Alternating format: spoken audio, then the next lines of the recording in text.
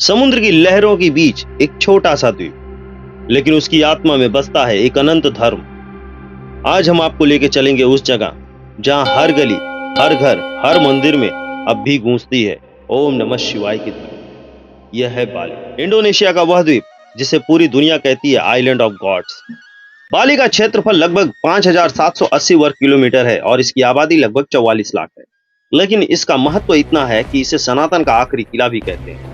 पूरा इंडोनेशिया जहां मुस्लिम बहुल है, वहीं बाली में आज भी 86% हिंदू निवास करते हैं और हर सुबह सूर्य को अर्घ चढ़ाते हैं। और बाली केवल द्वीप नहीं है, बल्कि ये खुद एक जीता जागता मंदिर है।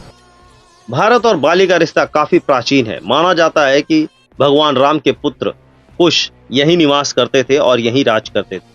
पर आधुनिक इतिहासकारों के अनुसार यहाँ पे हिंदू धर्म का प्रसार पहली शताब्दी में हुआ, जब भारत से बहुत सारे व्यापारी यहाँ पे आए। और वो यहाँ सिर्फ व्यापार करने नहीं आए, बल्कि अपने साथ रामायण, महाभारत और वेद भी लेके आए। मुख्यतः संजय वंश, शैलेंद्र वंश और मजापहित साम्राज्य ने हिंदू धर्म को स्थापित करने और उसे बढ़ाने में बहुत बड़ा योगदान दिया है।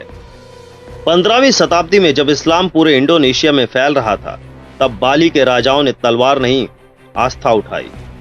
धर्म बदल सकता है, पोशाक बदल सकती है, लेकिन हमारी आत्मा सनातन थी और सनातन ही रहेगी। बाली को मंदिरों का द्वीप इसलिए कहा जाता है क्योंकि यहाँ पे लगभग 10,000 से भी ज्यादा मंदिर पाए जाते हैं।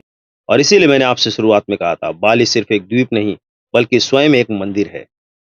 यहाँ पे कुछ प्रमुख मंदिर पाए जाते हैं, जैसे बेकसीह मंदिर, जिसे मदर टेम्पल भी कहा जाता है, और ये माउंट अगुंग पर स्थित है, जिसे भगवान शिव को समर्पित किया गया है। तो तनालोट मंदिर समुद्र के चट्टानों पर स्थित है और यहाँ की लहरें भी भगवान शिव का नाम लेती हैं। और अगला प्रमुख मंदिर है उलुवातु, जहाँ पे भगवान शिव के रुद्र रूप की आराधना की जाती है और यह पहाड़ों की ऊंचाइयों पर स्थित है। पानी के बीच में झील पर तैरता हुआ यह उलुदानु मंदिर किसी प्राकृतिक और अलौकिक दृश्य से कम प्रतीत नहीं होता है, जो जल की देवी माता दानु को समर्पित है। जैसे भारत में हिंदू धर्म को सनातन धर्म माना जाता है, वैसे ही बाली में सनातन धर्म को आगम हिंदू धर्म कहा जाता है।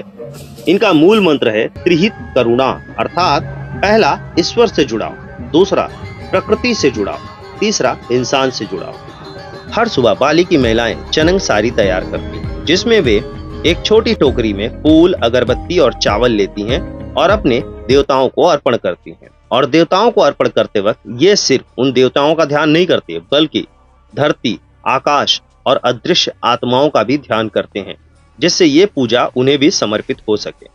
तो बाली हमें बताता है, धर्म केवल मंदिर में नहीं, बल्कि धर्म हर सांस में है, हर रिश्ते में है और प्रकृति के हर कण में है। वैसे तो बाली का हर दिन एक उत्सव के समान होता है, पर कुछ प्रमुख त्योहार यहाँ प्रचलित हैं, जैसे नेपी। यह नव वर्ष का त्योहार होता है और इस दिन पूरा का पूरा द्वीप मौन धारण कर लेता है। ना कोई गाड़ी चलेगी, ना कोई बिजली, ना कोई शोर शराबा, ना कोई मशीन, अर्थात पूरा का पूरा बाली आत्मचिंतन और ध्यान में लीन हो जाता है। फिर आता है ओगोह ओगोह, जहां विशाल राक्षस की मूर्तियां जलाई जाती हैं, जिसे ये बुराई पर अच्छाई की जीत के रूप में सेलिब्रेट करते हैं।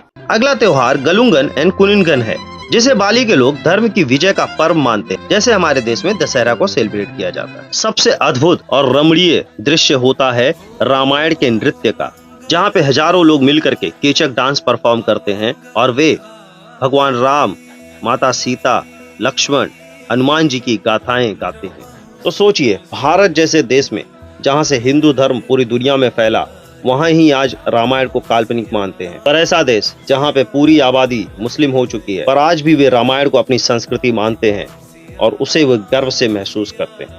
बाली में धर्म जन्म से मृत्यु तक चलता है।